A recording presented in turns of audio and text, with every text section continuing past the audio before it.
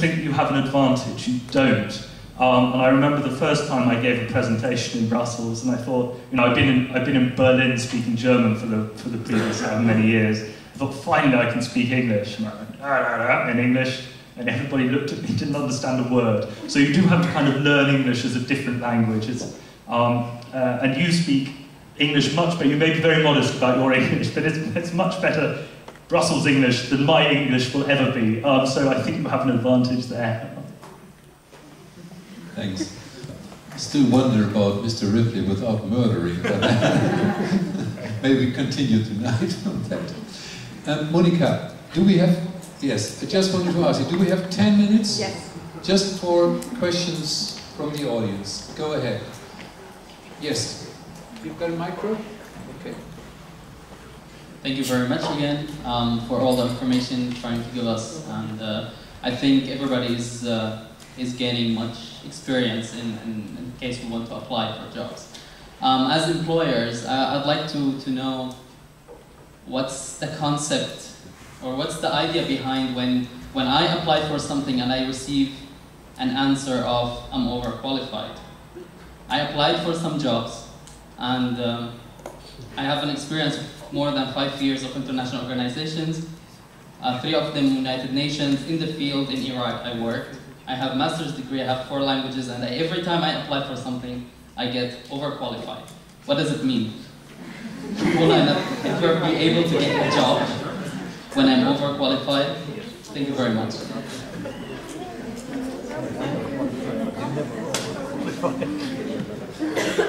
Thank you for that question.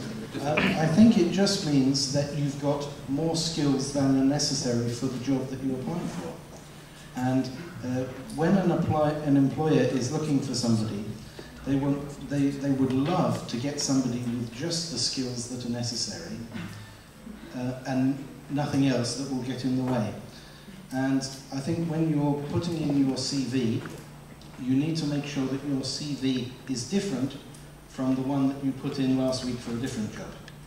You must change the focus of your CV for every application. So if on your computer you have a folder with 24 different versions of your CV, then that shows that you've been thinking carefully about what each employer wants and not just giving them the same CV, the same one to everyone. Yeah, I would just say personally that I think that this answer you got is really stupid.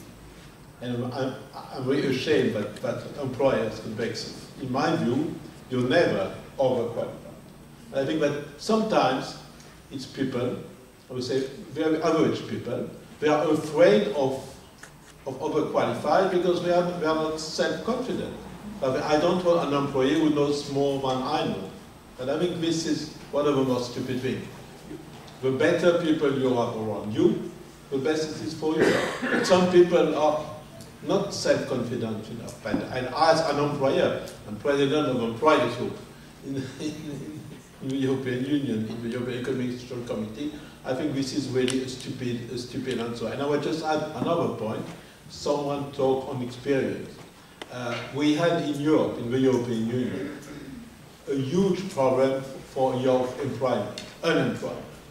I think it's a shame that we have something like 24% of unemployed young people in the European Union. It's really a shame. Spain is more than 50%. And you imagine 50%, half of a generation. And one of the key issues is this experience. I agree with you. For me, experience, when I look for experience, it's experience in life.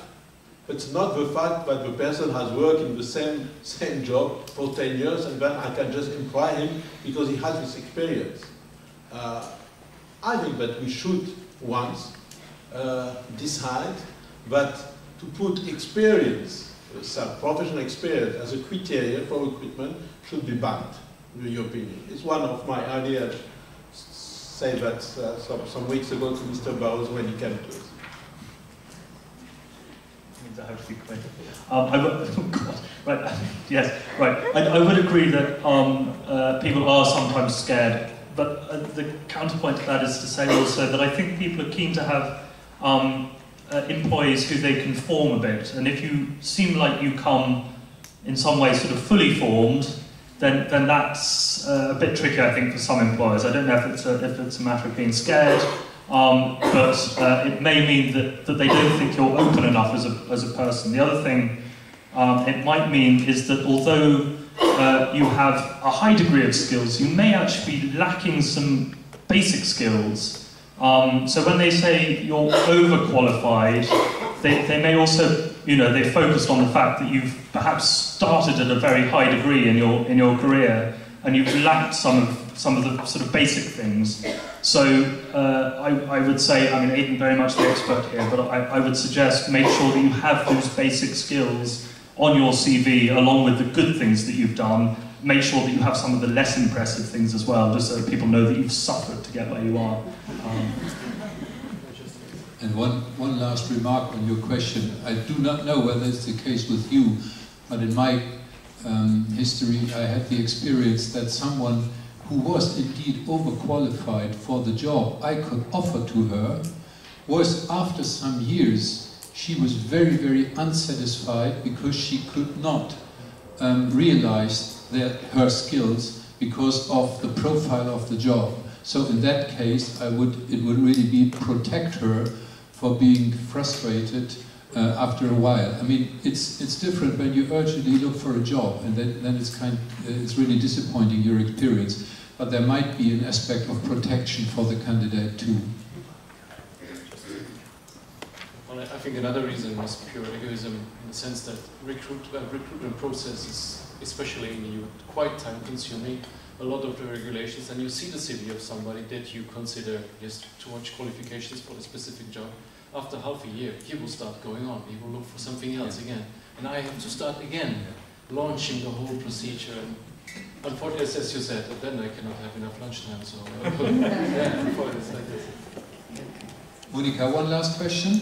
Yes. One. Yeah, should we give her the microphone and then you have the last word? Okay, go ahead. Okay, thank you. My question would be how important the age of the applicants is for you as employers, because what I get out of the discussion, especially in Germany, is that we are supposed to be very young but very experienced with a lot of degrees, and at least for me, I don't know how to realize that. So how important is that for you in Brussels, for example? The older the better. I can make a joke. I can make a joke to answer to you. For the position I'm running now, to be president of the European Economic Committee, someone said that I was too young. I am 57. Oh, this is the sad situation in the European Union. Other comments on that? Okay. My point on that question, I think it's a real dilemma, because it's true that from the employer side or head of an office perspective, it is important, as everybody on the panel mentioned already, to have somebody who has some real experience. This is important. When I have the choice between really starters or people who have, say, 3-5 years professional experience, I regret that I will say no to the starters, but from my own interest, I would probably take the person with some professional experience. And the conclusion of that is not to resign, but to look for as many as possible interns, stage, and so on, or even replacement jobs. I think in Brussels you have a lot of replacements for women who have a period out of the job. And therefore my recommendation would be, at the end, use Brussels as a field of practical experience and contacts.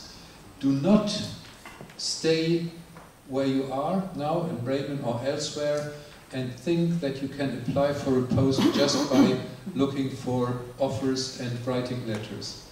My experience with our interns is that those who who stay in Brussels for, say, 3 months, what is the minimum in my institutions for an internship, who stay there and who are those who are actively participating in events, in discussions, knocking on doors, as Roderick says. Most of them, I shouldn't say that they have a job at the end, but they have the smell of how it works. They have a lot of contacts, and some of them really have a concrete perspective, be it a replacement job, be it just 3 months, another intern, which is frustrating, I know, but it is, from my experience, the easiest way to get into a long-term career in the field of European politics. Can I just share experience? I mean, for the question about overqualified, I mean, the question of course is also that whether it's because to employ someone who's overqualified is expensive. Right? Or whether you should rather take the position that having an overqualified person may also be an asset to an organization. Right? Now, the other point, of course, is I'm concerned about is young people. I don't know, some of you raised the question. I sometimes ask myself, because I also get in, when I was in Brussels, I was having a lot of interns coming to me, you know? And I've seen those interns who have applied for 2-3 times in interns and still can't get a job. So I keep asking myself, what can I do for them? Or what can employers do for them? And I sometimes feel that employers should be open-minded enough to allow somebody without any experience to start from somewhere. Otherwise, they can never go anywhere. I don't know how it figures, how to do it, because I always feel that the question of funds and money come into the picture, is it? Right? I mean, a budget, this comes into the picture as well. But I'm just raising a, you know, what I came to the conclusion when I was in Brussels.